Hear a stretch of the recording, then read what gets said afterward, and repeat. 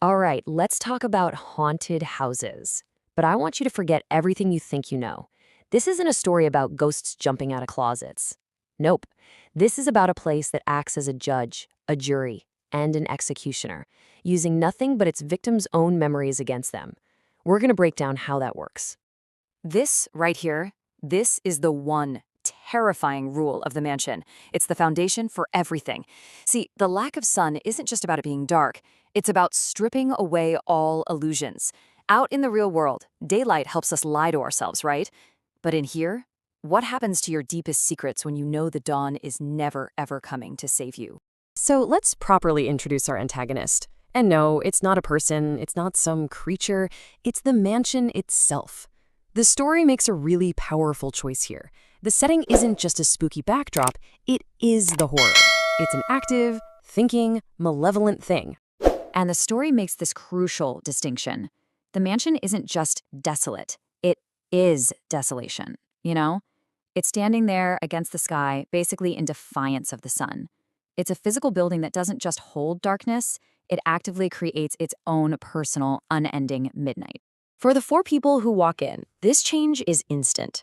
The second they cross that threshold, the door behind them doesn't just slam shut, it's gone. It just ceases to exist. It's replaced by a solid wall of darkness. That morning light they were just in, extinguished. They're not just in a dark house anymore, they've stepped into a whole different reality. Now, it's so important to get this.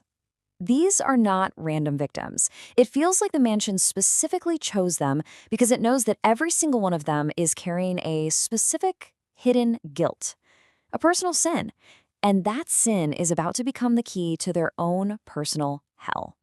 So here they are, and just look at the 2 columns, the mask they show the world and the true sin they're hiding. You've got Araf, who acts like the rational leader, but his real sin is inaction, failing to act when it mattered. Then there's Mira, who seems just fearful, but her sin is the silence that let a tragedy happen. We're going to focus on these 2, but the story does the same for the others. For every one of them, that mask is a defense, and their sin is basically an indictment, just waiting for a judge.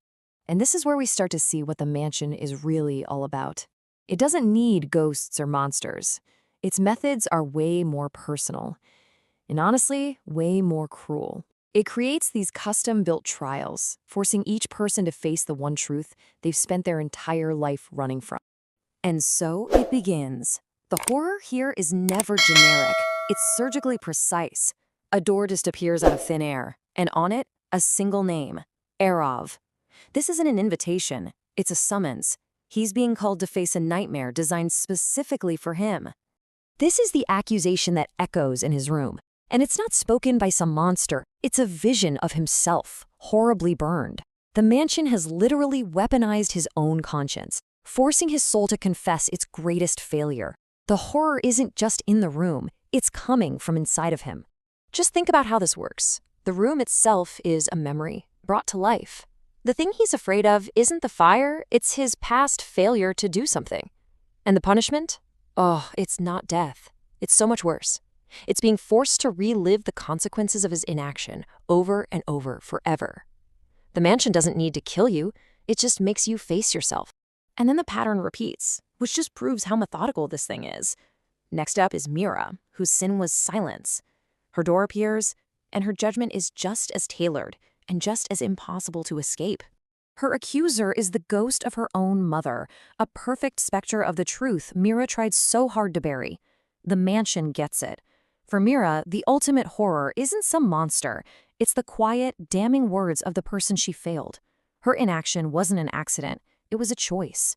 So, after each character has been put through their personalized trial, the story's climax hits, and we finally understand what this place really is, and why it needs that eternal night to do its work. And this is it. This is the big reveal. The mansion isn't haunted by ghosts, it is the haunting. It works like a psychological mirror. It doesn't reflect what's in front of it, it reflects what's hidden deep inside its visitors. It doesn't have to create fear, it just gives their own suppressed guilt a physical room to live in. And then, the mansion speaks for itself, basically laying out the entire point of the story. Why does it need eternal darkness? Because, as it claims, truth can only survive in the dark. In the light of day, we can all lie to ourselves. We can wear our masks. But in the absolute, unending night of the mansion, there's nowhere left to hide from what you've done. So what happens after the judgment is passed? Well, the story leaves us with this really chilling ending, where the supernatural horror that happened inside slams right up against the boring reality of the outside world. And this final detail is just brilliantly unsettling. After all of that psychological torture, all that judgment, the only evidence left in the real world is 4 blank inheritance papers. Their lives, their sins, their stories, wiped clean. The mansion's final power isn't just to judge, but to completely erase. It didn't just take their lives, it took their entire narratives. And that's the question the story leaves us with, isn't it? It turns that psychological mirror from the characters directly onto us, the audience. It suggests that a place like this doesn't hunt monsters, it hunts ordinary people with ordinary secrets. And it forces you to ask yourself, what truth am I hiding from, and what would my room look like?